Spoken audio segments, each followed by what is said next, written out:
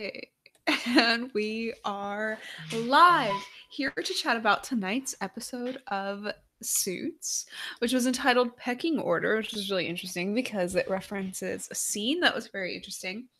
I'm joined, as usual, by Shana. Shana, say hi. Hello. And I'm really excited because this is the first episode this season where we've got to do our live show at the normal time and and not have to wait a couple days because when the episode came out uh last week we were both traveling, so we had to do ours on Monday and it was just very different. So I'm really excited to get back into the swing of things. So let's do exactly that and start with the usual question that I always start with, which is rating the episode on a scale from 1 to 5, 1 being terrible and you hated it and you didn't like anything, all of that, and 5 being it was amazing, you loved it, best episode ever. So where are you falling this week with it, Miss Shana?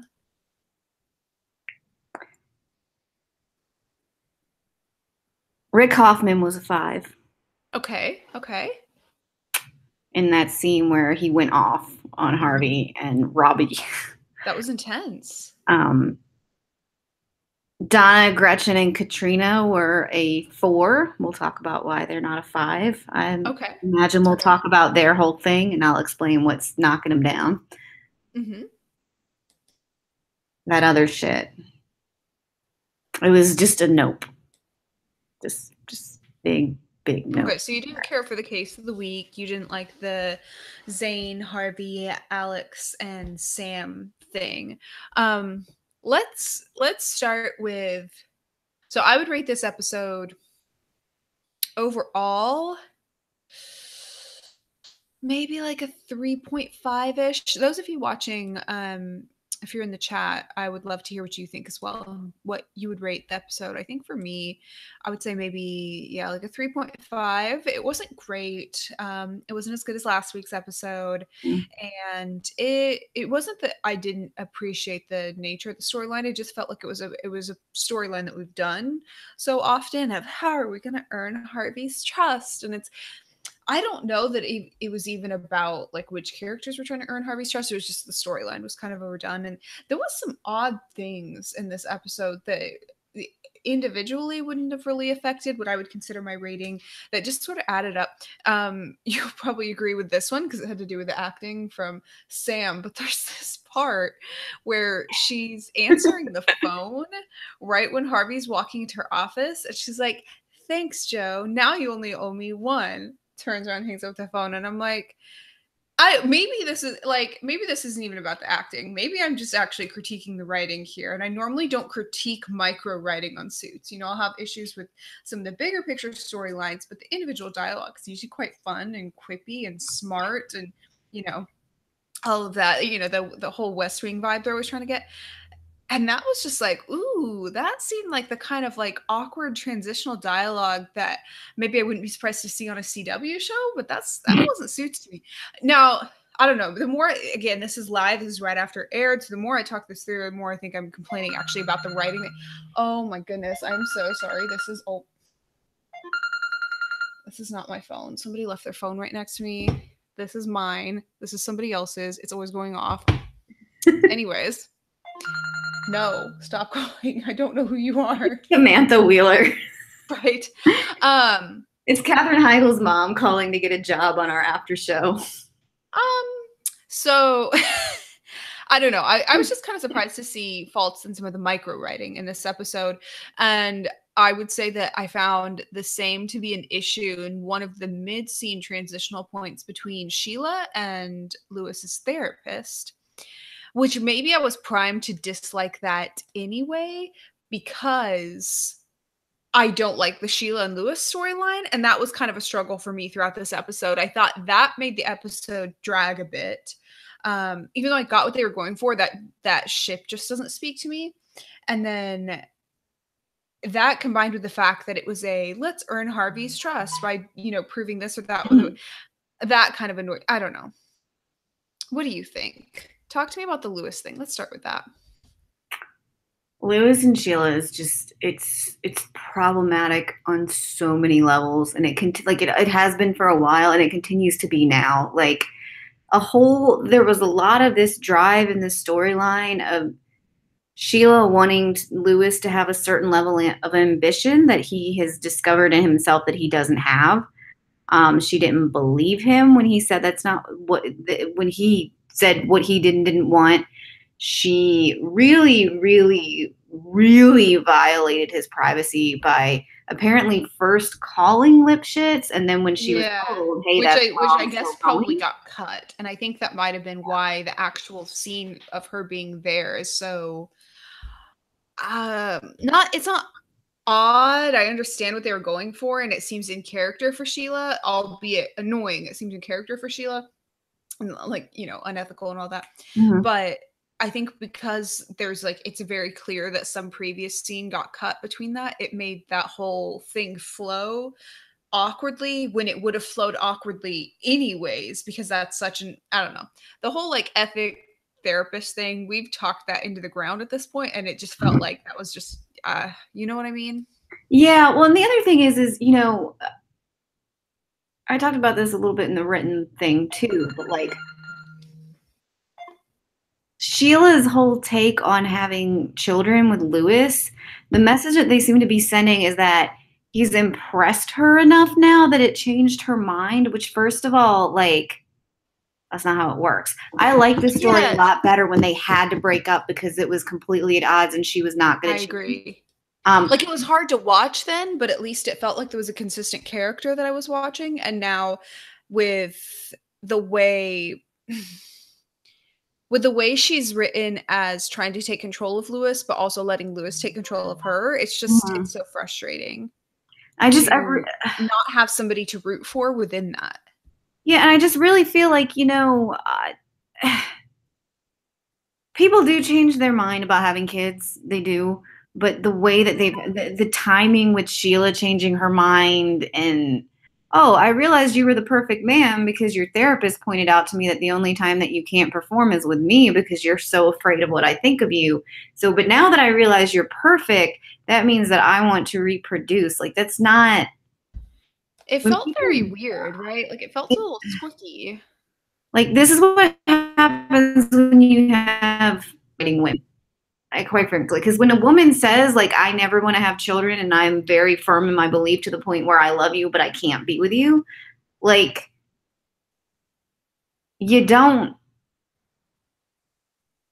it's not like, oh, well, I found the perfect man because she already had him. Like, it's not news to her that Lewis is Lewis. It's And just it's very very weird weird. because it's inconsistent with what they've previously shown in her character, where in previous versions of her character, she hasn't necessarily considered Lewis perfect. They've kind of considered themselves to be like this imperfect match together, where she saw a lot of flaws in him and often didn't get along with him, and vice versa. He saw a lot of flaws in her, and there were some aspects about her that he was quite hesitant to have to deal with on a long-term basis as well. And I certainly would consider them an imperfect match. I think that I tweeted about this, that I think that there's a spot in stories for imperfect matches or even bad matches. It's Mhm. just this one in particular is frustrating to watch when they now perhaps it's too soon to call because it's only 2 episodes into the season, but thus far it seems like they're the primary romantic arc, and that is disappointing because there's such a lackluster, awkward, bad romantic arc. It's like a joke that somebody took too far and didn't Right. realize it wasn't anymore. I mean, and I think, they've always had their, like, jokey role plays and stuff, but at some point, like, even couples that like to role play still have, a realistic foundation, and they don't. It's not funny anymore. And except for the very ironic fact, like in this episode, I can't hammer it home enough. Like, she wanted to play managing partner and secretary. We've had two managing partners on this show. Jessica, who apparently didn't even have a secretary, and Harvey, who by the time he made managing partner had a secretary that was moving up to COO that he ain't never hit that in the history of the show. So how are they going to play managing partner and secretary? Like, I don't know. I think the that there's irony. yeah, I think that there's a very obvious format that they're going for each episode. It's always going to be Harvey versus Zane through their little underlings. Mm-hmm. I don't have a problem with that. I think I care about each underling equally, which is not very much at all for both Sam and Alex. And I get that Sam was sort of frustrating, villainous, unlikable, all of that tonight. Not really quite villainous, but just really Oh, villainous. unlikable. But kind of everybody, I don't know. It rubbed me the wrong way, like her scenes with Donna, but that's because Donna's our favorite and we're quite protective of her.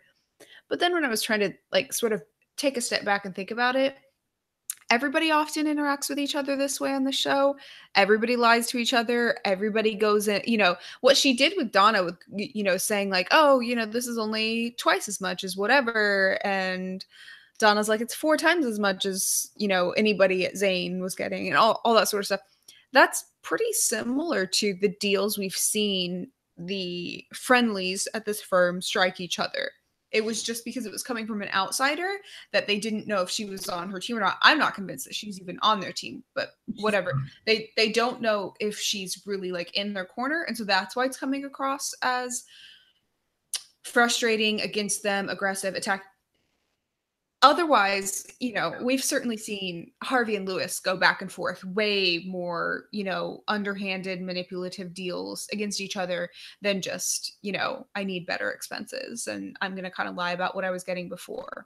Yeah, but even there, like, I mean, you're looking at Harvey versus Lewis has had they're kind of rivals from from before Yeah. we met them, Yeah. natural rivals for the same positions and for the same respect. Um, and like they've lied to clients, but when they've been supposed to be working together, it's you like usually when Harvey and Mike would work together, for example, like you would know, even if Mike did some shit, like it wouldn't be specifically, I don't know. There's something slightly off and different about it. And it is definitely partially that she's the newcomer, but it's also it's sinister and it's unnecessary. Whereas I feel like I there's mean, a didn't whole greater Alex and good Lewis argument. have that kind of face off before where they had some Yeah. sort of long-term manipulation, aggression, kind of trying to decide whether like that went on for quite a while. Mhm. Uh Chiamo in the chat says, I think Sam doesn't know how to navigate through the firm's dynamic. I think that's true. So I think Sam's coming from a firm where that kind of navigation was prominent and not always between people who saw each other as family as well as coworkers. Mhm. Whereas at Pearson, Spectre, Lit, Zane, whatever it is now, there's so many pre-existing almost family-like connections between people who will still do underhanded deals with each other that it's kind of hard for her to navigate all those different dynamics, and it's kind of hard for her to figure out how she can remain aggressive and remain sort of on top but without alienating people that she needs to have in her corner. And I think one of the things that was actually standing out to me this episode is how bad she seemed to be at reading what was going on between Harvey and Donna. Even taking the Right? romance or the speculation of romance aside, she seemed to be confused why when she was going after Donna and trying to, strike sort of like on a small scale manipulative deals, like it's not like gonna make or break the firm if she gets a Mhm. slightly bigger expense account, but it's just like, she hasn't earned that and Donna doesn't have what she needs for like to answer the financial questions for it and all that. When she was going after Donna and then telling Harvey about it and then getting mad because Donna talks to Harvey about things, it was like, why is it taking her this long to figure out that those two are, like to quote previous episodes, like this, like, you know, Especially when she it, supposedly heard all about the legendary Donna, which bitch you better have heard. Like if you supposedly know everything or and are so resourceful at digging into people, how did you not find out? Like the primary thing here is that pretty much everybody but Harvey and Donna are convinced that Harvey and Donna are married. Like, right. how did you not pick that up? I also feel like it was really very immature. Mm-hmm. she was playing mom, dad, and I guess dad's dad. I don't know how we want to fit Robert Zane into this, but she was kind of playing the parents against each other with that. Like, well, if mommy had given me the money I asked for, like shut up. Like, Yeah, I mean, it wasn't like I think it comes across as immature because of the same comment we got in the chat earlier of she doesn't really know the dynamic. She doesn't know that Donna's not just some, financial officer who all of the lawyers are sort of like, oh yeah, she didn't give me whatever. She's trying to balance the budget. She's not like that. She's Harvey's right-hand man. You know what I mean? And I don't think somehow, even though she claims to know everything about Donna, she didn't figure that out. So it was just weird to me that she couldn't read dynamics when that's supposed to be her thing. Again, that's a writing issue, not like the fault of, the performer or anything like that. But yeah, I don't know. It was this episode is sort of gonna like ride or die on how well Sam's connection to other people is sold. So how well her connection to Zane, to the point of her being willing to sort of like figure things out and work with the team, how well that's sold. And that was okay. It was all right, wasn't bad, wasn't great. And then how well her connection, or sort of aggressive, or like not a strong connection, but a budding coworker acquaintanceship can be demonstrated between her and Donna, her and Harvey, her and Alex, so on. And that I'm less sold on, but I'm kind of hoping, and I don't know if you can comment on this or not, I'm kind of hoping that tonight's episode is not indicative of the screen time dynamic of every episode. Like tonight seemed quite Sam heavy, and that can bog things down a bit if she's not your favorite character, and she's not mine. And I'm hoping future episode, like maybe we get one that's more Gretchen heavy or one that's more Katrina heavy, because this was a very Katrina light episode, for example. yeah. And so that's part of the issue with the Girl Squad kind of not being as good as it could have been. So like Amanda Schull got promoted, or however you want to call it, to a regular. Right. She's basically across 2 episodes now been the narrowing down a list girl. And then the other, I mean, she had quite a lot last episode. Like her storyline with Lewis last episode on who to fire, that was pretty central, and that was definitely tied pretty strongly to Donna, and I liked it. I know. Tonight she was just there to basically say, like, Sam's either you love her or you hate her, and it's like, all right, I don't love her, so I guess we gotta hate her, but I don't really hate her either. Like, she's just there. Like, I don't know. No, I mean, so there's but there's the like list thing where it's been done already and it was done well, and now all of a sudden it's like meh. The other thing, at least with regards to her involvement in the Girl Squad plot, like I love Gretchen. I love Donna and Gretchen. Obviously Donna needed to go to Gretchen because she is the only person who might have more contacts than Donna. But the fact that that first bathroom meeting wasn't the 3 of them, when Katrina, like, first of all, Donna and Katrina kind of totally hooked up last episode, clearly. They've already had like a good moment, and Katrina there's already that mutual respect now, I thought. But also, I mean, as Gretchen so easily pointed out when Katrina just kind of popped into the copy room, I mean, she has experience with this person, so she should have been brought in on the plan to begin with. And the fact that she wasn't is kind of, it was sort of plot for plot's sake. They wanted to, so as much as Donna and Katrina may have come to better terms last episode, we still have more of a history of Donna with Gretchen than Donna with Katrina in terms of being on like friendly, collaborative terms. Yeah. And it's also showing that Donna really trusts Gretchen's ability to find the information, connect with other, all of that sort of thing, to the same, or to at least the same degree as Katrina. And then she's choosing to go to Gretchen because she has more of a history and rapport and trust with her. Whereas with Katrina, that kind of closeness is fairly new.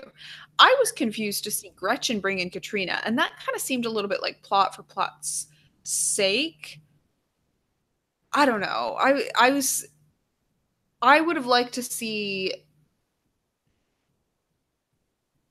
a different outcome from the girl squad. They didn't actually get all that much information on Sam. Yeah. It was more just, you love her, you hate her, is she on your team or not? And it's like, well, I could have started with that. I would have liked to see more cohesion in how they came together. It's sort of like Donna brought in Gretchen, and then Gretchen brought in Katrina, but it's because Katrina worked with Sam, but she really doesn't seem to know much about her. I don't know. Didn't love Mm. it. I don't know. What do you think of the fact? I guess you'll hate it because you don't really like much about Sam. What did you think of what the Girl Squad was actually exploring? The fact that Sam uses different aliases, different information about herself, and kind of just shapes herself to fit the case, and has a whole bunch of different backstories that she pretends to use. I mean, I think they're painting that picture like I think what they're trying to do is be like, ooh, who is she? Such a big mystery. Maybe we'll find out, but like I don't care.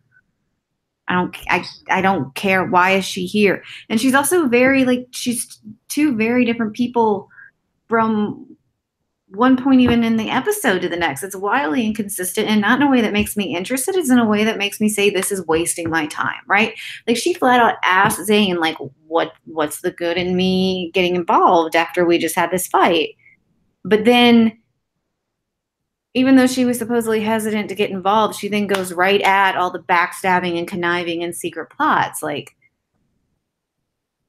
okay, we get it, you're evil. Chiamo in the chat says Katrina seemed a little bit irrelevant in this episode because even though she knew Sam, it was sort of like they just added her in because she was a regular. I I get what you're saying about Sam being inconsistent across different scenes. In some dynamics, she comes across as, you know, cold and powerful, and then in another example, she comes across as petty and spiteful. In some cases, it seems like she's very well informed. In some cases, she's almost oddly misinformed. So it's I don't mind that on paper because I don't mind complex women on paper. I think the delivery of it makes it sometimes appear more like an accidental inconsistency rather than an intentional complexity. But I'm hoping over time we see a little bit more of it being a naturally complex character who just sort of like lies about things to get her way or whatever. And Mhm. okay, cool, that's interesting. I don't want that to take way too much screen time to get there, and I don't want to take way too many episodes to get there. I'm hoping that it's sort of soon that this character becomes more naturally situated within the story. That does not mean that she has to get along with everybody in the story. She can be a Yeah. villain, she can be secretly backstabbing the firm and be the big bad of the season. All of that, that's fine. I just want whatever they're doing to be a little more seamless because there were some things poking out at the seams throughout this episode, and the fact that it even made its way into, again, what I'm calling the micro writing, like the individual dialogue back and forth, seemed a little bit odd. I don't know. Mm. I think this was a difficult character to incorporate, and I'm not saying they bit off more than they can chew. Like, they could probably do this pretty well, and I don't think the story's really too crowded for an ensemble show. It's just if they add a little bit more than it will be, it's like right on the edge, but it's manageable. I just think that they've added quite a difficult character to make consistently interesting without constantly jumping the shark to just sort of be like, she's interesting because she's MI16. You know, like there's only so many times you can pull lines like that about a character without us losing interest in whatever her real backstory is because we don't care about it. I don't know. But Donna looked great. Yeah. Donna, Gretchen, and Katrina were fabulous. Although I wish that I feel like it would have been more in character if they had been able to actually get information on anybody they're looking into, of course. I don't care about Alex versus Sam. Could not care less about which one of their names go up on the board. Have no attachment to either one. So that kind of loses part of the storyline for me. And then I also don't care about Lewis and Sheila, or I care about Lewis. I like Sheila. I love the actress who plays Sheila. I think Lewis and Sheila are a terrible ship, though. So that's kind of a struggle for me. But it is what it is, I guess. Yeah, and I mean, and even like, I mean, kind of the heartbreaking thing here too is that we finally get this idea of like done all the women like ganging up together and it's against another woman. Like, I might hate Sam. I might not want her here. I might think it's useless to have brought her in. I don't even think she's complex. I think she's the one note. She's a rival for Alex to get on the wall. The second she finds out that Alex has been promised the same thing she has, she's going to pull something shady, and that's going to be the story. I think we're being hit over the head with it. Whose team is she really on? But I mean, all of that aside, I don't care how bad your fourth woman is.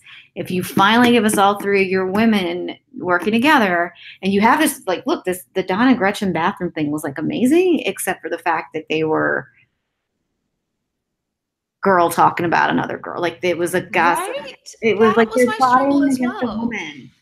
I would so much rather, it doesn't even have to be the formulaic like women get together to take down the patriarchy. Like I love that. I never get tired of that. But it doesn't even have to be that. I just, for example, we saw in the promo for next week the landlord, tenant of the building, whatever, he's returning. And so that naturally reminds us of the episode last season where he tried to scam Donna and Donna got Rachel to sort of help her, and together their skills worked together and they were able to, take him down and get what they wanted and then some. And that was fantastic. And we were able to see women band together and not fight another woman. They were fighting a corporation, really, more so than even just a guy.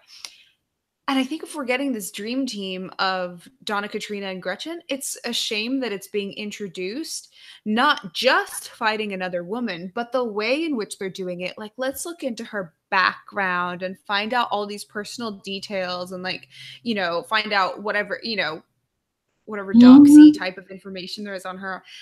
That just feels a little, I don't know. I don't want to say like, it's sort of a stereotype. It's sort of a Mhm. like, girls fighting each, like this mean girls thing in high school, and I don't know, I don't love it. I'd rather see them go after a corporation of some kind. So whether it's trying to land a really difficult client or trying to get rid of, shake somebody who's on the firm's tail, whatever that may be, I would love to see that. Trying to end Harvey Specter, like I would be down with that. I haven't really had too many issues with Harvey this season, but I feel like it's because he hasn't really got much to do since he and He's a Zayn man. He and He's a Zayn are, man. yeah, you're right. I mean, fair. He and Zayn are sort of shells in which their little Hmm. underlings fight. Like, people are fighting for Zayn's attention, people are fighting for Harvey's attention, and Harvey's guy wants Zayn to like him, and Zayn's girl wants Harvey to like her. And it's just so far, it's been extremely formulaic where like Alex wants to go golfing with Zayn, and because he wants Zayn to approve of him, and Zayn kind of turns that down. It's like, go do your job instead. And then Yeah. Sam wants Harvey to approve of her, but goes after Donna, which is the one way to stay on Harvey's permanent shit list. I don't know, It's but it's just formulaic. I don't really mind formulaic if it's also interesting, but it's the not. interesting bit was a bit hit or miss for me tonight. That's yeah. I mean, I feel like we had some really great scenes. Yeah. And we had some things that had really great potential, like the Girl Squad, and then you look at kind of overall plot and execution and weight, kind of not so much. I will say I did love Harvey and Donna being such a power team tonight. And anytime anybody was trying to get between them, they automatically chose each other. And that was really fun. And that's a good, you know, it's not overtly romantic, but it feels like pre-romance. I don't know. What are you thinking about that? Look, I told you before, I'm tired. I'm not gonna get tricked again. Like, but yeah, I mean, they again, they kind of acted like they were really super married.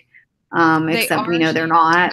They are. I apparently they're not. And like what killed me, he's like, I'm gonna do exactly what Jessica would do and go get a drink and figure out how to get what I goddamn want. And I'm like, she's standing right there. Invite You know, her that feels so home. odd. I think I actually made note to bring that up. That moment felt almost odd, that it felt almost unnatural that Donna wouldn't get on the elevator with him. Even if it's not in a like going home together sort of way, but it just felt weird to see them part separate ways at the end of the day. I would expect Yeah. Donna and Harvey to go have a drink. Like if he's having a drink after work, I would expect them to go have a drink after work together. It was weird to see them have like that kind of like, I don't want to say intimate, but it's sort of a feelingsy conversation and then go separate ways. It felt wrong. Yeah, and the elevator door closing was so very like, I mean, it felt like okay, Harvey's closed off. Like it was so like It was weird. it was I very got what I weird. get what they're doing with it. Like they want to make us uncomfortable with the idea of seeing the two of them part, and they've successfully done that.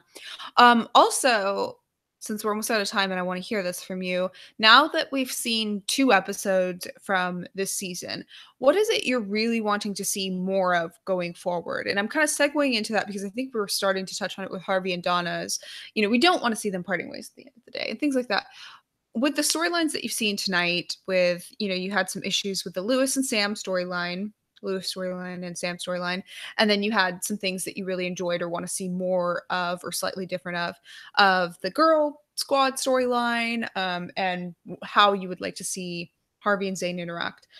What is it you're wanting to see in the next like 8 episodes before the mid-season? Well, okay, so like Harvey and Zane, they still need to go have those burgers, and I'm telling you, they better bring Lewis with them, because Yeah. otherwise he's gonna break the goddamn table. Okay. Mm-hmm. I still really hope that when there was that tweet from Sarah about like, oh, make sure you tune in because we were asking about the women getting together or whatever. I sincerely hope this wasn't the only episode that she was referring to. I really would like them to actually work together, not like this.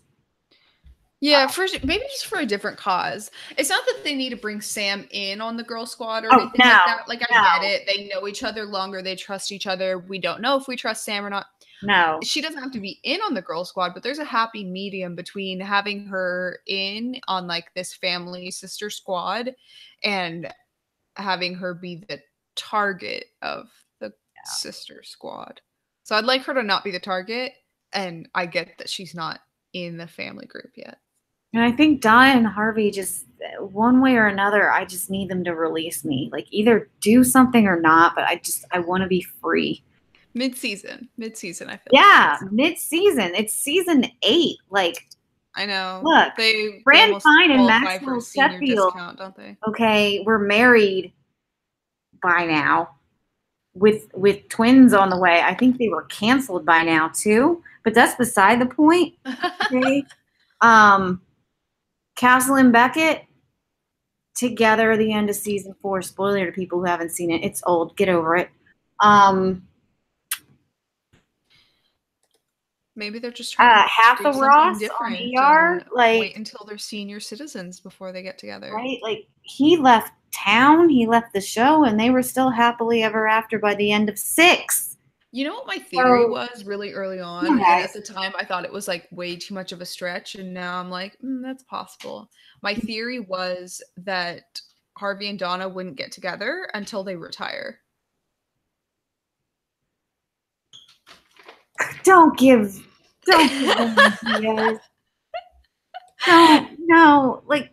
And with that, we do have to close the show. No, why would you even put that into the universe? Like, I've put it in the universe before, so why stop now? That's not what I want. I would obviously love for them to get together before then, but my thought is that they'll like get together after they retire. no. And with that, I want to thank you for joining me. Thank you for staying around 4 minutes later. And if you have any questions, comments, you want to chat with me and Shana about Suits, you can find us on Twitter, and our information is in the description down below. And starting this week and now going forward the next few weeks, we will actually be having our after show on time like it was tonight, right after the episode. chatting about what we just saw. So that was kind of fun to get back into that. It was fun to still have the like live feeling with it. It's nice to be having 3 meals and at home and Yeah, it's stuff. nice to. I want to say I'm like not jet lagged anymore, but I'm still a little jet lagged. But with that, I'm gonna head to bed. Consequently, because of said jet lag, and we will see you guys next week, same time, same place. Bye. Bye.